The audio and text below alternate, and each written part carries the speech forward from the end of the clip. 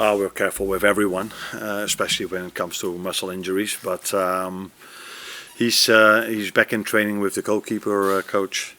He's not training with the team yet, but that is expected to be done soon.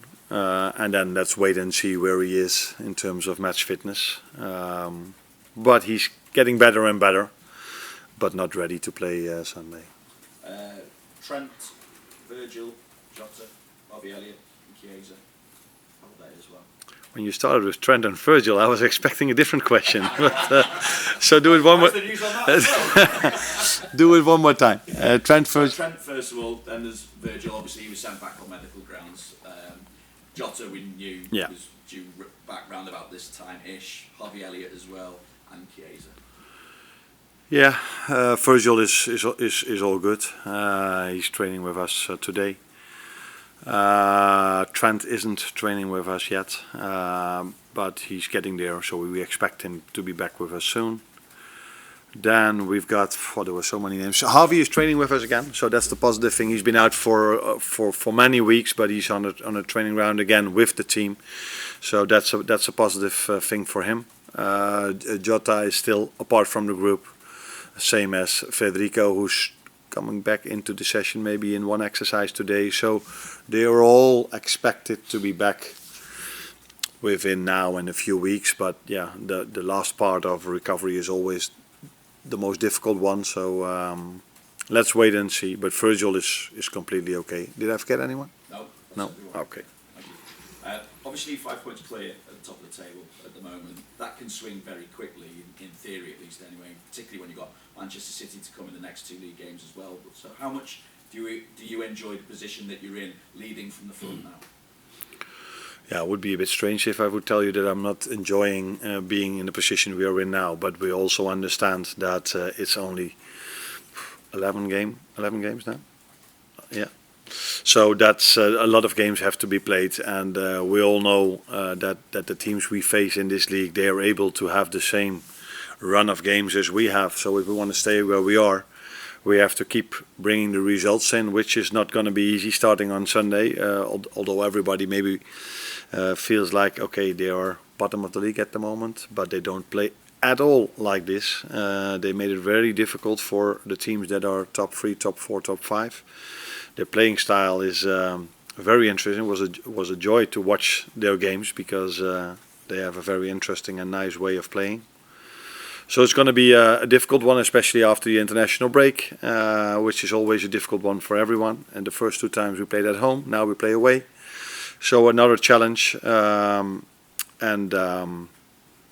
like we said, we like to be where we are, and if we want to stay there, we have to keep on winning games. Can I just ask you as well how you view the long-term challenge now as well, now that we know that Pep Guardiola is going to be sticking around at Manchester City for another couple of years? Yeah, that's good news for City, first of all, and also good news for the league, because I think everybody wants to have the best managers possible around over here, the best players over here, and he's definitely one of the best managers, maybe the best manager of the league. So if you look at what he did in the last few years, 4 times champions in a row, I think. Yeah, so it's fair to say that he's maybe the best manager in the league. So that is a good thing. But on the other hand, they have so many quality players that if he would have made the choice to leave the club, I wouldn't have expected them to end up bottom of the league next season. So, but yeah, good for the City fans and interesting for us as managers to keep on facing one of the best managers football has ever had. You've got an incredible run of fixtures coming up, Real Madrid, City, other games as well.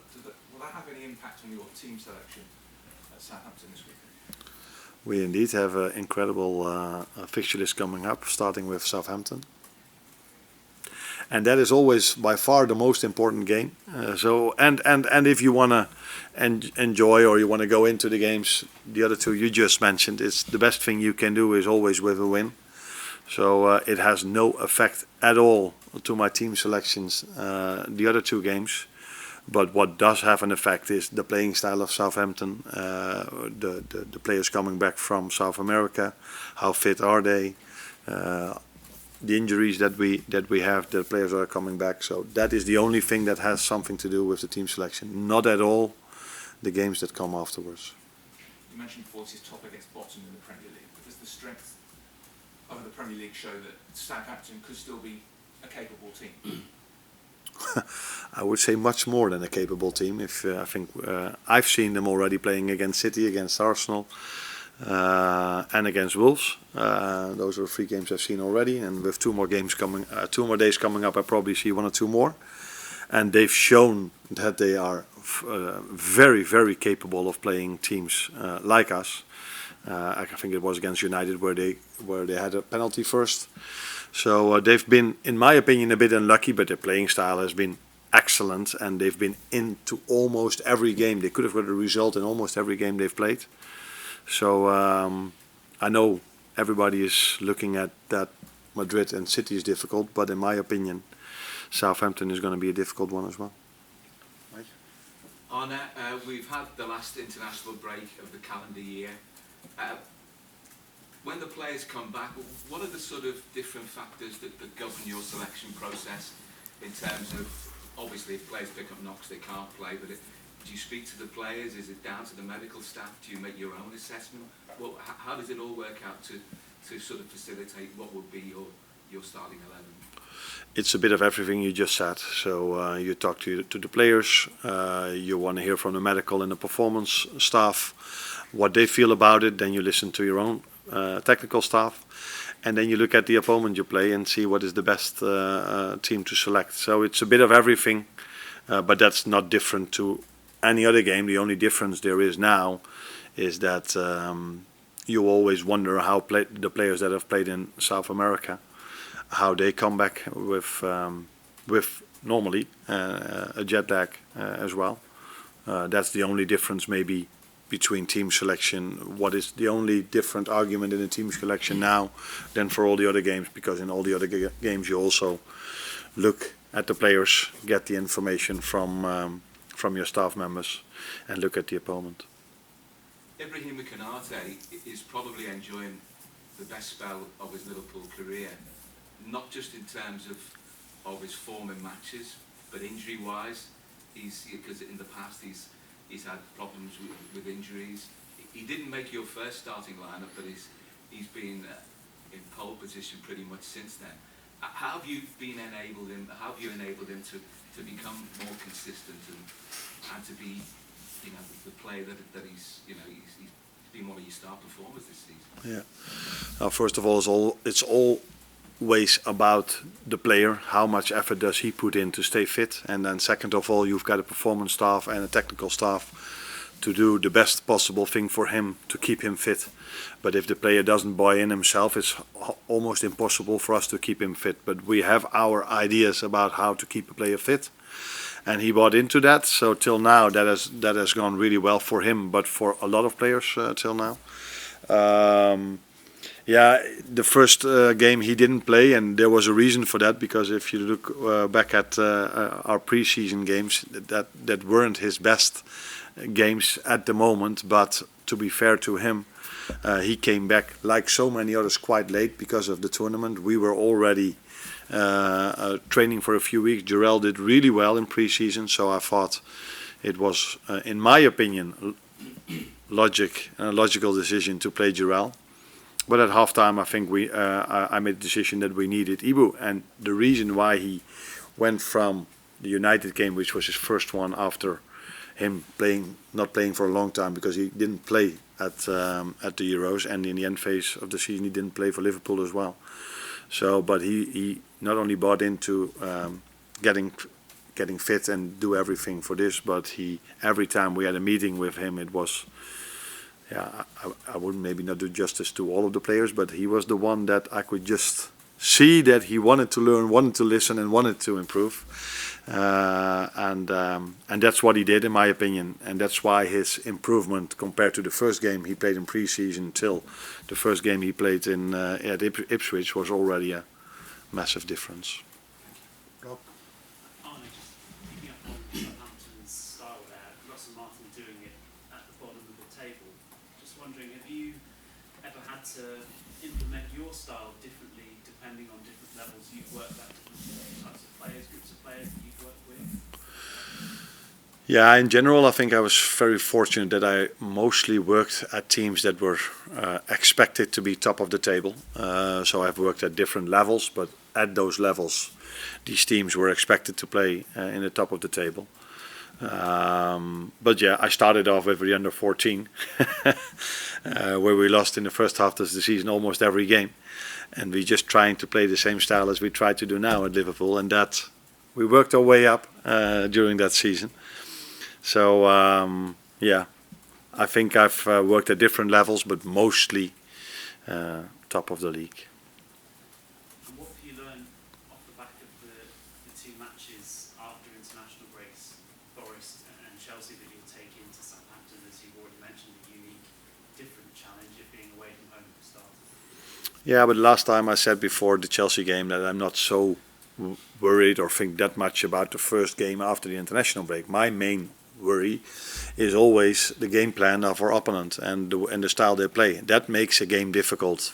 I don't think that back then against Chelsea it was also about the time we started the game, was the early kickoff. It's that can have a bit of influence on the game, but most influence always has our own game plan, our own intensity we play with compared to the team we face and their game plan, and that is always the biggest challenge there is, and all the other things are only small or smaller details than the ones I just mentioned. Any more for the breakouts? Arne, just on Trent and Alisson and Jota, do you think they would have any chance for either Real Madrid or the Man City games? That is something we have to wait and see, because I just said that the last few days of a recovery is always the one that is most tricky, because then they have to go from isolated training sessions towards a group training session, and that step is always the most difficult one. So for me it's difficult to judge now and to tell you now it's going to be 1, 2, 3 days or a bit longer. So the only thing I can say is that with Alisson and with Jota, I don't expect them to be available for that game. With Trent, it's going to be in between. And just with Harvey, you know, frustrating start to the season. His game time is limited. Then he suffered the broken foot in his bone in his foot. How much of a boost is it to have him back around, especially with the schedule you've got in the next 6-7 weeks? We always want all of our players available, and it was a blow for him and for us that he got injured for such a long time, because I think he's been out for 3 months now. Now we also have to give him time to come back to his normal level, because I just spoke about Ibrahima Konate that was out from playing football for maybe 2, 3 or 4 months, because he didn't play in the end of the season and didn't play in the Euros, and then that, as a result of that, his first game against Man United in pre-season wasn't his best. That is something which is completely normal for a football player, and this is something we have to take in consideration with Harvey as well. Yes, he's training with us again, but that's different than being on the top of your game immediately again. So we have to give him time for this as well.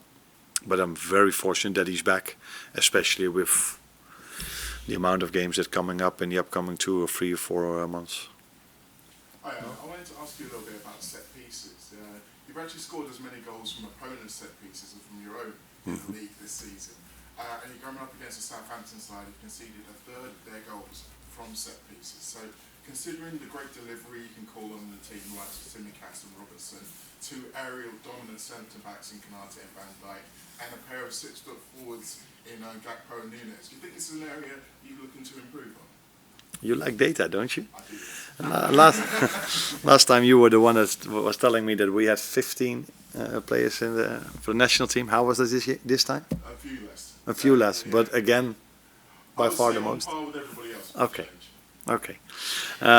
So yeah, set pieces is something every team, every club at so many leagues at the moment is taking really serious. So that's what we do as well. I think we have great delivery. We have some players that can that are already quite tall and can jump really high. So yeah, we're trying to get the best out of that part as well, because I always say if a game is tight, a set piece can make a massive difference for you. And that's what we know, what we understand. What we do like till now is that we haven't conceded much in terms of set pieces, and that's also an important thing. So if we can score a bit more and keep the same and not conceding, then we're in a good place.